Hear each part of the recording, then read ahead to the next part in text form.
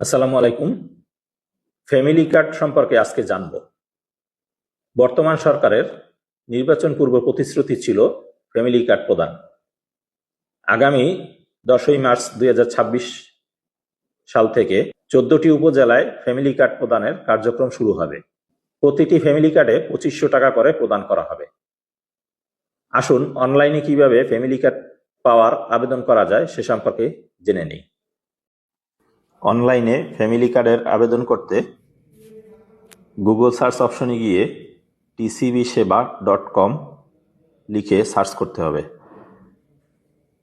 বর্তমানে পরীক্ষামূলক পর্যায়ে আছে বিদায় এখান থেকে আপনি লগ ইন করতে পারবেন না।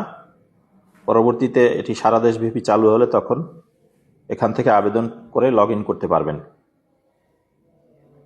টিসিবি কার্ডের জন্য নিবন্ধন করার জন্য স্থানীয় প্রতিনিধি অর্থাৎ মেয়র, কাউন্সিলর, চেয়ারম্যানের কার্যালয়ে গিয়েও আবেদন করতে পারবেন। টিসিবি কার্ডের আবেদনের জন্য কোনো ফি বা টাকার প্রয়োজন হবে না, এটা বিনামূল্যে সেবা প্রদান করা হবে। নিবন্ধনের জন্য আবেদনকারীর এনআইডি কার্ড, পাসপোর্ট সাইজের ছবি, আবেদনকারী নিজ নামে নিবন্ধিত মোবাইল সিম প্রয়োজন পড়বে। এক পরিবারের জন্য একটি টিসিবি কার্ড বরাদ্দ করা হবে। টিসিবি কার্ড প্রস্তুত হয়ে গেলে আপনার মোবাইল নাম্বারে বিতরণের স্থান, তারিখ ও সময় জানিয়ে দেওয়া হবে। 7 শ্রেণীর মানুষ ফ্যামিলি কার্ড পাওয়ার ক্ষেত্রে অগ্রাধিকার পাবে। ভূমিহীন, গৃহহীন, প্রতিবন্ধী সদস্যের পরিবার, হিজড়া, বেদে সম্প্রদায়, ক্ষুদ্র নৃগোষ্ঠী পরিবার, 0.5 একর জমি বা তার চেয়ে কম জমির মালিক।